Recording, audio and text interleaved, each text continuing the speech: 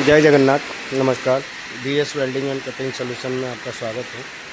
जैसा कि देख पा रहे हैं अपना ये प्लाज्मा कटिंग मशीन MP आ चुकी थी और ये मशीन अभी इंस्टॉलेशन की प्रोसेस में है। और अपना ये मशीन की बेड है, जो मशीन की कटिंग साइज़ है 2.5 मीटर बाई 14 मीटर की इफेक्टिव कटिंग रहेगी। और अपनी मशीन 2.5 मीटर बाई 15 मीटर का है। अभी रेल की इंस्टॉलेशन के लिए अपने फास्टनर की ड्राइंग हो रही है।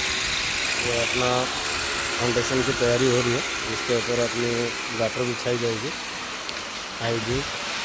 और ये सारे फाउंडेशन की तैयारी और ये अपना फाउंडेशन तैयार हो रही है।